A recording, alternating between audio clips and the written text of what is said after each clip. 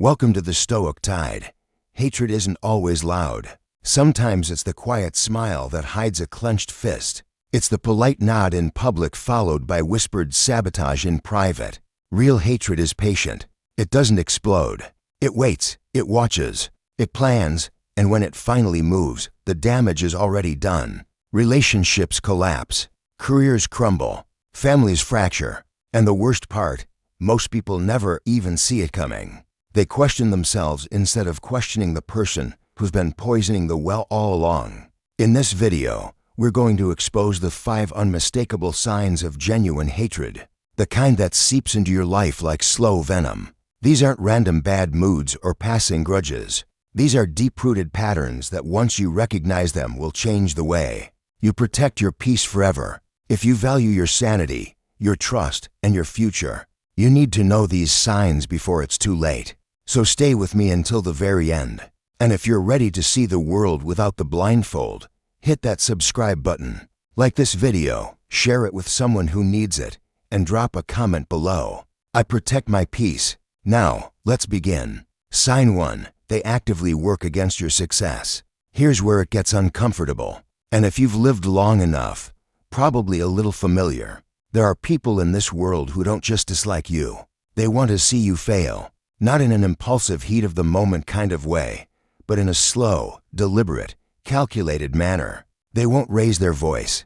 They won't throw a tantrum. Instead, they operate like quiet saboteurs, planting seeds of doubt in others, pulling strings behind the scenes, and making sure their fingerprints never appear on the mess they've made. Outwardly, they may look supportive, even friendly, but every smile hides a quiet satisfaction at the thought of you stumbling. And the worst part is most people don't catch on until the damage is already done. One of the clearest signs of genuine hatred is when someone works actively, though often invisibly, against your success. It's not the person who openly disagrees with you. At least then you have a chance to defend yourself. No, this is the person who nods while you speak, encourages your ideas, and then quietly reshapes the environment so those ideas never see the light of day. Imagine a colleague who always seems to forget to forward you the key email before a big meeting, but somehow manages to deliver it to everyone else. Or a family member who in casual conversation with others subtly undermines your credibility. Maybe by saying he's been stressed lately or she's always been a bit impulsive. These little remarks don't raise alarms in the moment, but over time they form a narrative about you that you never had a chance to challenge. This isn't incompetence or carelessness.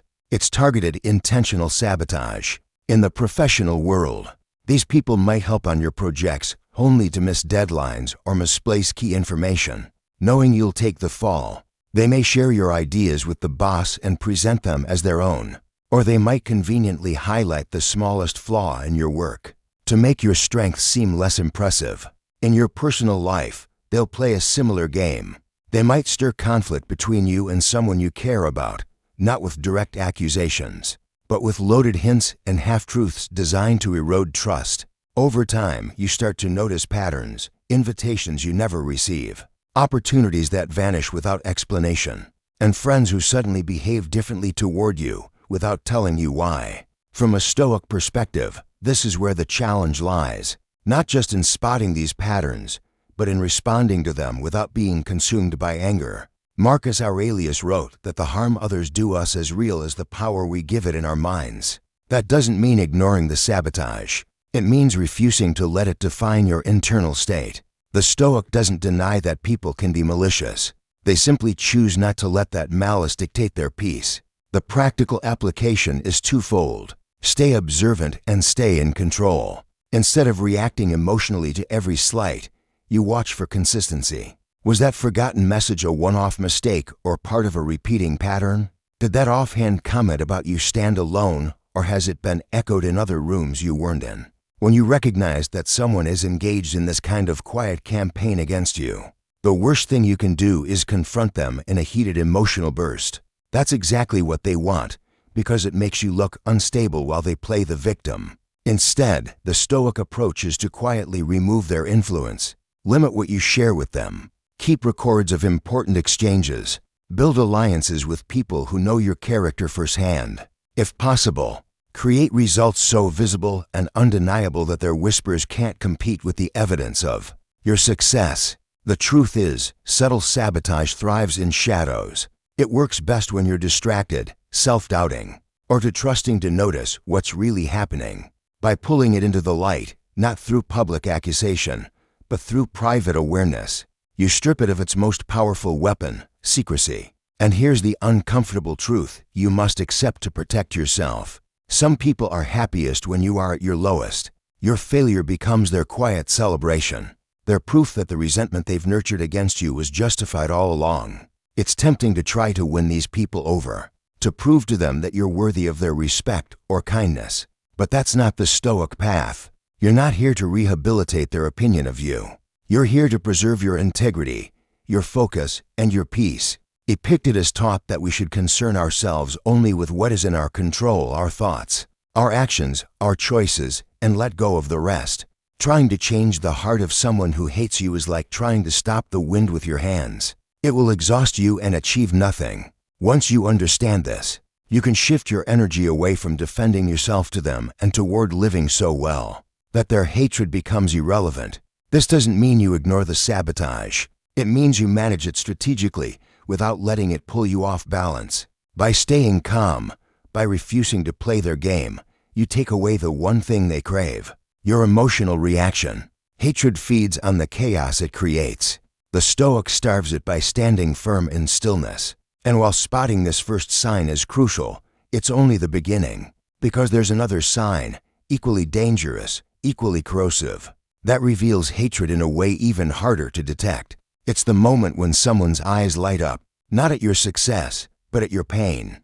And once you've seen it, you'll never forget it. Sign 2, they show joy when bad things happen to you. This isn't about someone who's mildly jealous of you or someone who happens to be in a bad mood. When you share good news, this is about a far darker truth. People who experience genuine satisfaction when you suffer, and who can't completely hide their excitement when life deals you a heavy blow. They may wrap their reactions in polite words, but the mask never fits perfectly. A person who truly cares about you will listen without judgment, ask questions to understand what you need, and offer solutions or emotional support that feels sincere. Their tone, their posture, their eyes, everything will align with empathy. But the person who hates you, they'll deliver the right phrases with the wrong energy. Their eyes might light up a fraction too much. Their questions might dig into the details in a way that feels invasive. And instead of lightening your burden, their words somehow make it heavier. It shows in the smallest cracks of their performance. They might lower their voice as if to show concern, but you can feel the undercurrent of enjoyment in their cadence. They might try to hold a neutral expression, but a faint fleeting smile will betray them, one you notice only if you're paying close attention. They ask for updates about your hardship, not because they want to help, but because your misfortune is their entertainment. A friend who hears you're going through a legal dispute might suddenly be fascinated by every detail of the case, offering no useful insight, but hanging on every word as if it were a juicy story. When you tell them you're struggling financially, they may appear sympathetic, but will subtly steer the conversation toward your mistakes or past decisions, framing the situation as something you've brought upon yourself. The most telling sign isn't in how they respond to your setbacks, it's in how they respond to your successes. Share good news and you'll get a flat, short acknowledgement before they change the subject. Share bad news and suddenly they have all the time in the world. They lean forward, their tone gains energy, and they seem almost relieved to linger in the topic. On social media, their behavior becomes even clearer. They might ignore every achievement you post, but they're the first to comment on your difficulties, leaving remarks that appear supportive on the surface, but magnify your hardship for others to see. This isn't random. It's a pattern of feeding on negativity and using your struggles as a subtle form of social currency. The danger in these interactions isn't only in the emotional sting you feel, it's in the psychological erosion that follows. Over time, you may start to second-guess whether you can trust anyone with your vulnerabilities. You might stop sharing your good news altogether because you've subconsciously registered that it's met with indifference. And this is exactly what they want to reduce your emotional openness until the only version of you that exists in their presence is one that's struggling, That version serves their ego. It reaffirms their superiority. It fuels their private sense of victory. From a Stoic perspective, this is where discipline of perception becomes your shield. Marcus Aurelius wrote that we are disturbed not by the things themselves, but by our judgments about them. When someone reacts to your hardship with quiet pleasure, the natural human response is outrage or hurt. The Stoic response is to recognize the truth without letting it claim your inner balance. You see the reaction for what it is, proof of their character, not yours. And instead of confronting them in an emotional storm, you adjust your boundaries. You share less. You become selective about which parts of your life they get to witness. You protect your energy the way a fortress protects its gates. This doesn't mean withdrawing from the world or becoming suspicious of everyone. It means watching for patterns instead of isolated incidents. A single off-key reaction might be nothing. A consistent pattern of delight in your difficulties is something else entirely. And it's something you must address, not by trying to change them, but by removing the power they have over your emotional state. As Epictetus taught, the freedom of a wise person lies in knowing where their control ends. You cannot make someone happy for your success if they've chosen to resent it, but you can deny them the pleasure of seeing you diminished by their reaction. Understanding this sign prepares you for something even more sinister, because some people don't just enjoy your struggles, they actively create them. They move beyond private satisfaction and into calculated sabotage of the most important parts of your life. They aim not just to see you stumble, but to sever the relationships that could help you stand again. And the way they do it is so clever, so gradual that you might not even realize you're being isolated until the damage is done. What comes next is the most dangerous tactic of all. And if you value your strongest bonds, you need to see it before it's too late. Sign 3. They try to turn others against you. Here's what makes this particular form of hatred so dangerous. It's invisible until it's already done its damage. People who use it don't attack you openly, because open attacks would expose them. Instead, they slip into the role of the concerned friend, the trusted colleague, or the caring family member. They make themselves look like the safe, dependable person everyone can confide in. And they do it so well that others begin to see them as a neutral, reliable voice. That's when the real work begins. Not the work of supporting you, but the work of quietly dismantling your reputation and credibility. It starts small. They'll mention your name in conversations, not with an accusation, but with a faint suggestion of doubt. They might tell someone, "I just hope Michael is handling things okay. He's been taking on a lot lately." On the surface, it sounds caring, but underneath it's an insinuation that you're unstable or unable to cope. They don't outright lie. They mix half-truths with missing context so that what they're saying sounds plausible. If you've been stressed at work, they'll mention it, but they'll frame it as if your judgment is slipping. If you made a mistake, they'll bring it up, but leave out the part where you took responsibility and fixed it. By making their concerns sound reluctant and private, they make themselves look trustworthy while making you look questionable. I've seen it happen to a man named David, a senior manager in a large company. He had built solid relationships with his team over years, but one of his colleagues, let's call him Mark, slowly positioned himself as the team's emotional anchor. He'd have one-on-one conversations where he'd express concern for David, talk about how much pressure he was under, and how maybe David was pushing himself too hard to make the right calls. These words were delivered with a sympathetic tone, but they carried an unspoken message.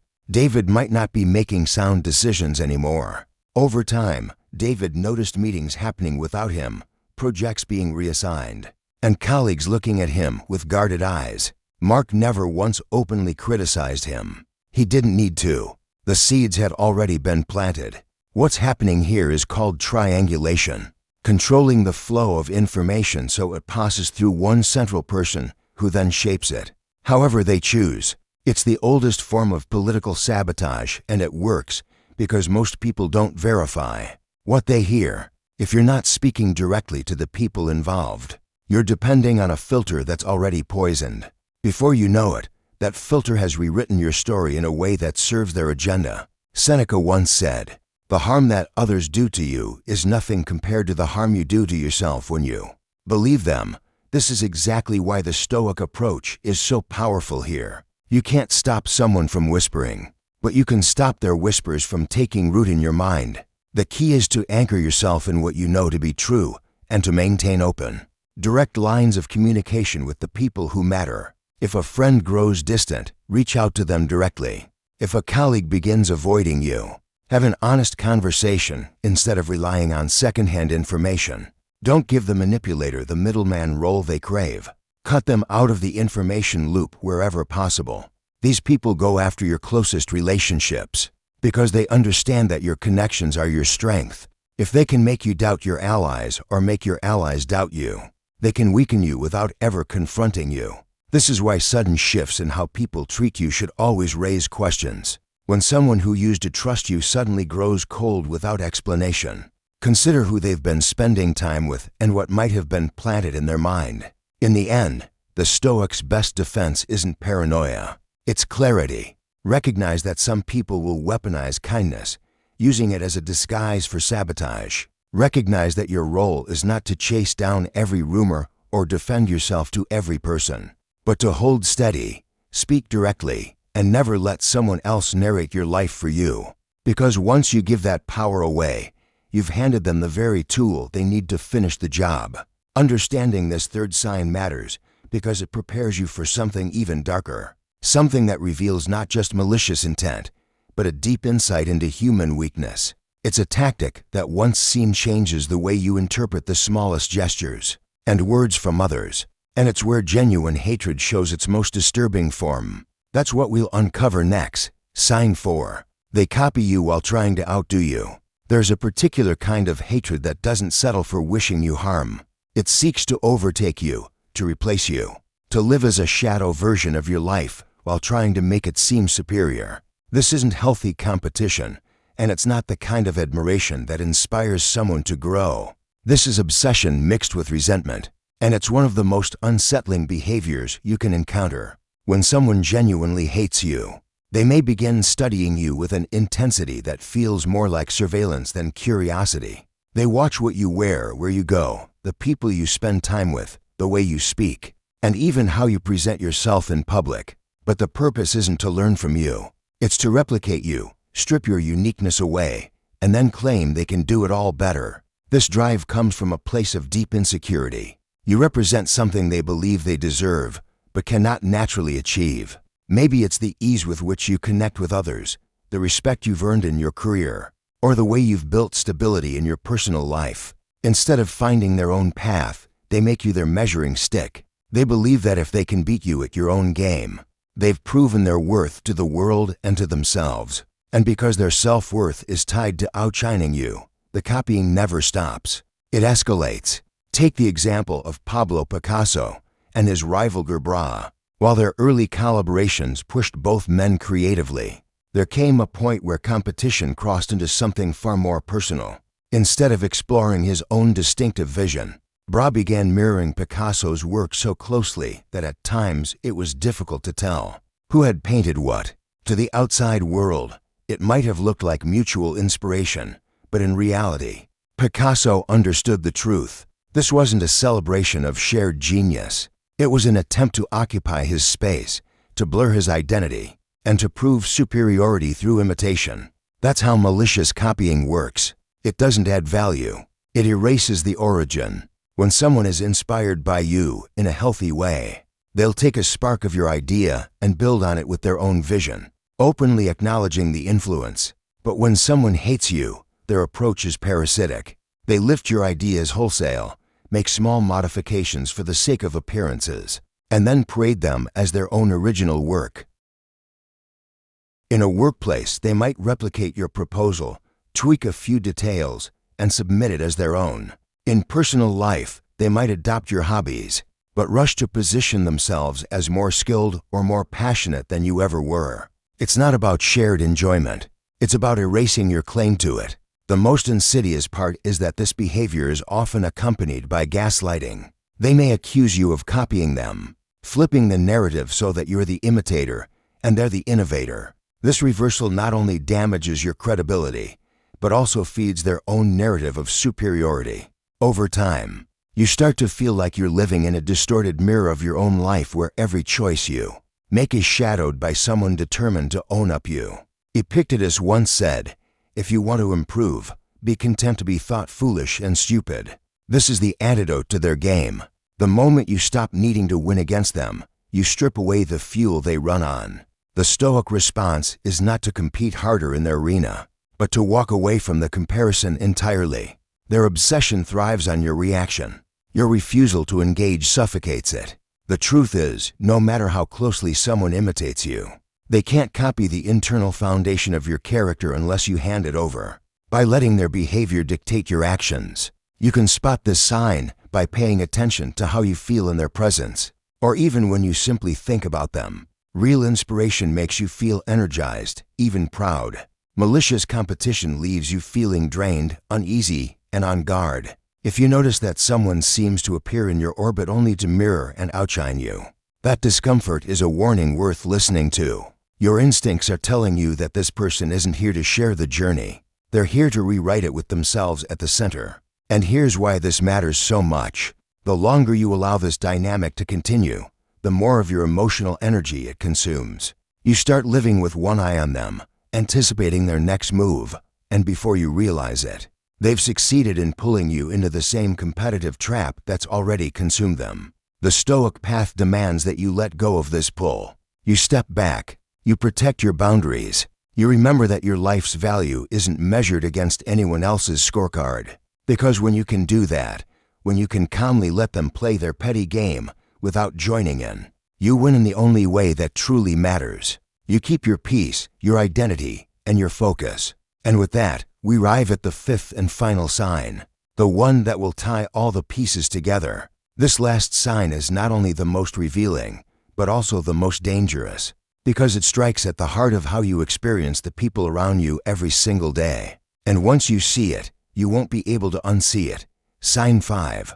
Every interaction with them leaves you feeling depleted. This isn't about one tense conversation or dealing with someone who happened to be in a bad mood. This is about a repeated predictable pattern, a slow erosion of your confidence, energy, and peace of mind every time you interact with a particular person. You might not even realize it at first, because nothing dramatic seems to happen in these exchanges. But afterward, you walk away feeling unsettled, slightly anxious, maybe even a little angry without knowing why. Later, you catch yourself replaying the conversation in your head, searching for the exact moment where it went wrong. That's the trap. There often isn't one obvious moment because the damage is delivered in small, deliberate doses that slip past your conscious defenses. When someone harbors genuine hatred toward you, they can project a toxic energy field into even the most ordinary conversations. The tone might sound calm, the words might seem polite, but something in their presence feels corrosive. Your intuition picks it up before your mind can explain it. Without realizing it, you're expending mental energy just to stay guarded, to defend against subtle attacks that are too quiet to name yet too sharp to ignore. This is why these interactions feel exhausting. Even when no overt conflict has taken place, you've been in a psychological sparring match without realizing you stepped into the ring. It shows up in the smallest ways. The accidental backhanded compliment, the faint smirk after a remark that landed just a little too close to insecurity, the subtle reminders of a mistake you made years ago slipped into the conversation, as though they were harmless anecdotes. Imagine someone looking at your work and saying, "It turned out better than I expected," or glancing at your home and remarking, "It's really nice." Especially considering the neighborhood, each comment is coated in a thin layer of politeness, but carries an undercurrent meant to sting. They are shaping the way you see yourself, not with outright insults, but with carefully chosen words that keep you slightly off balance. Over time, you start adapting without realizing it. You avoid certain topics, speak more cautiously, second-guess your own thoughts before expressing them. This walking on eggshells feeling is not about being overly sensitive. It's about self-preservation. You've learned through repeated exposure that anything you say can and will be used against you. In some subtle way, they may even deny saying things they clearly said or twist your words so you appear unreasonable. This constant distortion makes you question not just the relationship, but your own memory, judgment, and stability. Marcus Aurelius once wrote, "The soul becomes dyed with the color of its thoughts." The danger here is that when you're repeatedly exposed to someone's corrosive influence, your thoughts begin to take on their color. You start wondering if maybe you are overreacting, if maybe you are too sensitive, if maybe they're right about you. That's how this slow psychological warfare works. It's not about one big attack. It's about wearing you down drop by drop until you no longer trust yourself. And once you no longer trust yourself, you're far easier to manipulate. The Stoic response to this is not to confront every slight or demand apologies for every hidden insult. That would be a battle fought entirely on their terms. Instead, you step back and see the pattern for what it is. You understand that your peace of mind is yours to guard, and you guard it by limiting the influence of those who thrive on destabilizing it. You don't argue with them about their intentions because that keeps you trapped in their frame.